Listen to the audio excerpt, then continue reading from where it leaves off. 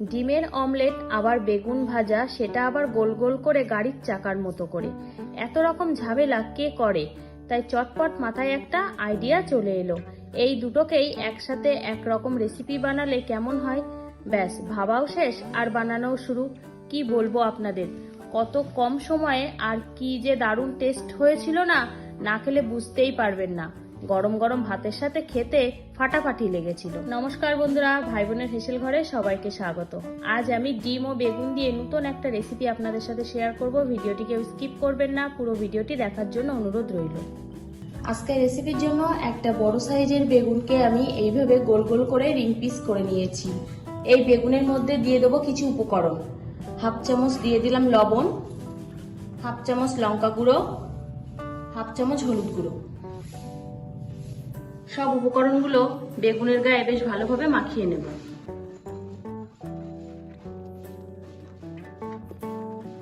বেগুনের গায়ে সব গুঁড়ো মশলাগুলো মাখিয়ে নিয়েছি। এবার একটা চপবোর্ড নিয়ে নিলাম আর একটা ছুরি।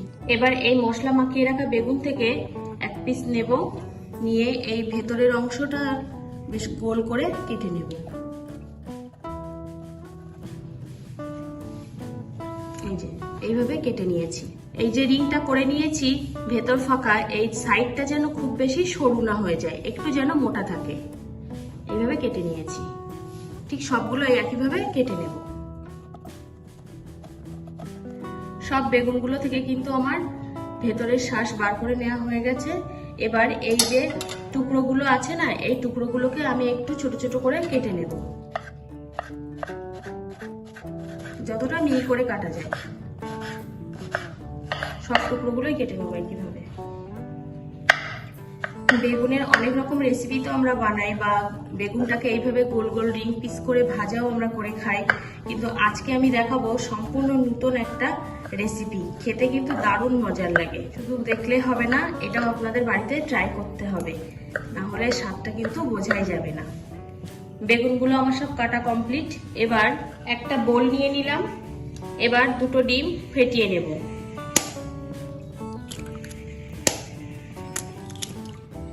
এবার এই ডিমের মধ্যে দিয়ে দেবো একটা বড় মাপের পেঁয়াজ কুচি এবং 5 থেকে 6টা কাঁচা লঙ্কা কুচি।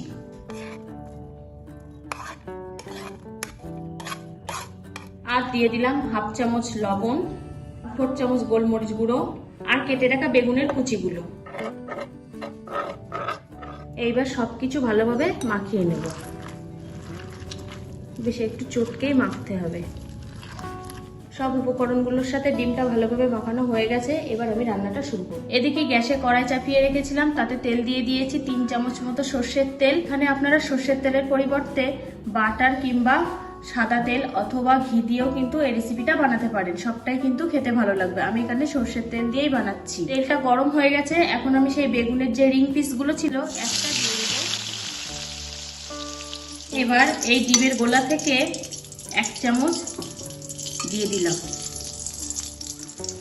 এবার 1 থেকে 1.5 মিনিটের জন্য আমি এটা ঢাকা দিয়ে দেবো, যাতে সব উপকরণগুলো ভালোভাবে তেলে সিদ্ধ হয়ে যায়। 1 থেকে 1.5 মিনিট হয়ে গেছে, আমি এবার ঢাকাটা খুলে দিলাম। বেগুনটা এবার আস্তে করে উল্টে দেবো। আবারও 1 থেকে 1.5 মিনিট আমি ঢাকা দিয়ে দিলাম।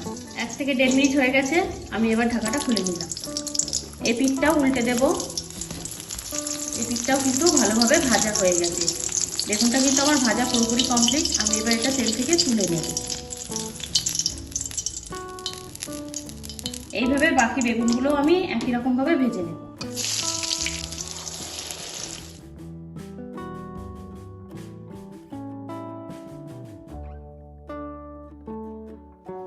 রেডি হয়ে গেল ডিম দিয়ে বেগুনের এই রেসিপিটা। এখন এটা গরম গরম ভাতের সাথে খেতে কিন্তু দারুণ লাগবে। যারা এতক্ষণ আমার ভিডিওটি দেখলেন তাদেরকে অনুরোধ করব অবশ্যই একটা লাইক এবং কেমন লাগলো আজকের ভিডিওটি কমেন্ট করে দেবেন, এবং আপনারাও বাড়িতে এইভাবে ট্রাই করবেন এবং কমেন্ট করে জানাবেন কেমন হলো।